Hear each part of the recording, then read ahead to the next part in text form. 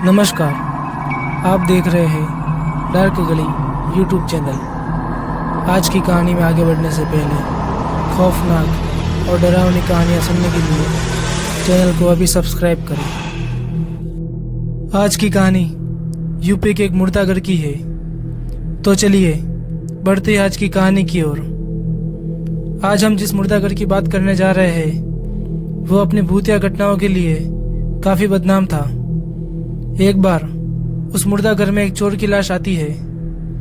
जब वो चोरी कर रहा था तब लोगों ने उसे पकड़ लिया और उसे इतना पीटा कि उसकी जान ही निकल गई।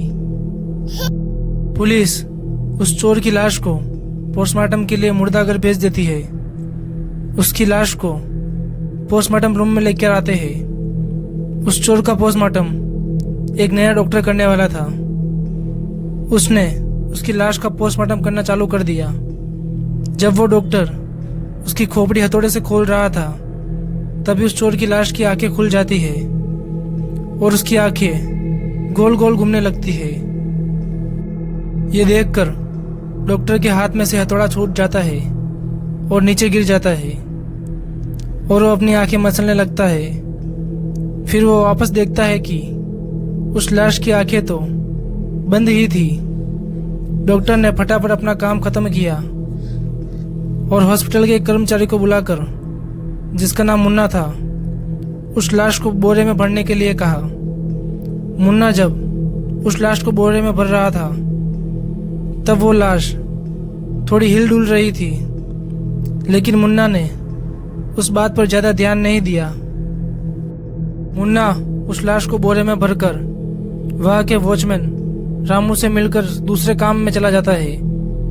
रात के तकरीबन 11 बज रहे थे। तभी रामू को पोस्टमार्टम रूम से कुछ आवाजें आती है। रामू को लगा कि पोस्टमार्टम रूम में कोई जानवर घुस गया होगा। वो एक मोटा डंडा लेकर अंदर चला गया। उसने अंदर जाकर देखा तो वहां पर कोई भी नहीं था।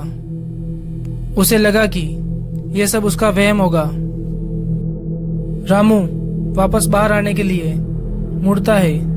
तभी अचानक उस बोरे में से वो लाश अपना एक हाथ बाहर निकालती है और रामू का हाथ जोर से पकड़ लेती है। रामू ये देखकर बौखला जाता है और अपने डंडे से उस हाथ पर जोर जोर से मारने लगता है और उसका हाथ छूट जाता है। वो चिल्लाते हुए बाहर आता है और जोरों से रोने लग जाता है। उसका रोना सुनकर मुन्ना भी वहां पर आ जाता है और रामू को रोने की वजह पूछता है। तो रामू ने उसको सारी बात बताई। तभी फिर पोस्टमार्टम रूम से जोरों से आवाज आने लगती है।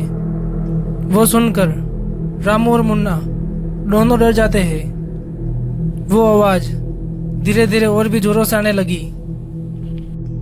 अब पोस्टमार्टम रूम का दरवाजा धीरे धीरे खुलने लगता है। ये देखकर दोनों चौंक जाते हैं और भागने की कोशिश करते हैं। तभी वो दोनों भागते भागते नीचे गिर जाते हैं, जैसे किसी ने उनको पीछे से धक्का दिया हो। तभी उन दोनों के सामने एक काला साया आ जाता है। वो दोनों डर के मारे रो रहे थे और उन्हें समझ नहीं आ रहा था कि ये सब क्या हो रहा है। तभी उस काले साये का चेहरा साफ होने लगता है और मुन्ना देखता है कि यह वही चोर है जिसका शाम को पोस्टमार्टम हुआ था। उसकी खोपड़ी अभी भी खुली हुई थी और उसके पेट पर बड़े बड़े टाके लग रहे थे और वो बहुत ही ज्यादा गुस्से में लग रहा था। उसने अपनी आंख घुमाई और मुन्ना हवा में उड़ जाता है और उसने मुन्ना को जोर से नीचे पटक दिया। मुन्ना का पूरा शरीर गिरकर फट गया। उसकी आंखें भी बाहर आ गई थी। रामू ये सब देखकर कोने में जाकर बैठ जाता है और बकरी के बच्चे की तरह मिमियाने लगता है। वो चोर वापस अंदर चला गया और अंदर उधम मचाने लगा। पूरी रात ऐसा ही चलता रहा और रामू वही कोने में बैठा रहा। सुबह जब दूसरे लोग वहां पर आए तो रामू की हालत देखकर हैरान हो गए। रामू रोते रोते उन लोगों को सारी बात बताता है। जब वो लोग उस लाश के बोरे के पास जाते हैं तब वो बोरा अभी भी थोड़ा बहुत हिल रहा था। वो सब ये देखकर डर जाते हैं। वो उस बोरे को उठाकर शमशान घाट लेकर आते हैं और उस हिलते हुए बोरे को जलती हुई चिता पर रख देते हैं। उस चोर की लाश का वहीं पर जलकर खात्मा हो जाता है। लेकिन आज भी उस मुर्दाघर में उस चोर की आत्मा भटक रही है। तो दोस्तों, आज की कहानी में बस इतना ही। अगर ये कहानी आपको अच्छी लगी हो तो वीडियो को लाइक करें और चैनल को सब्सक्राइब करें।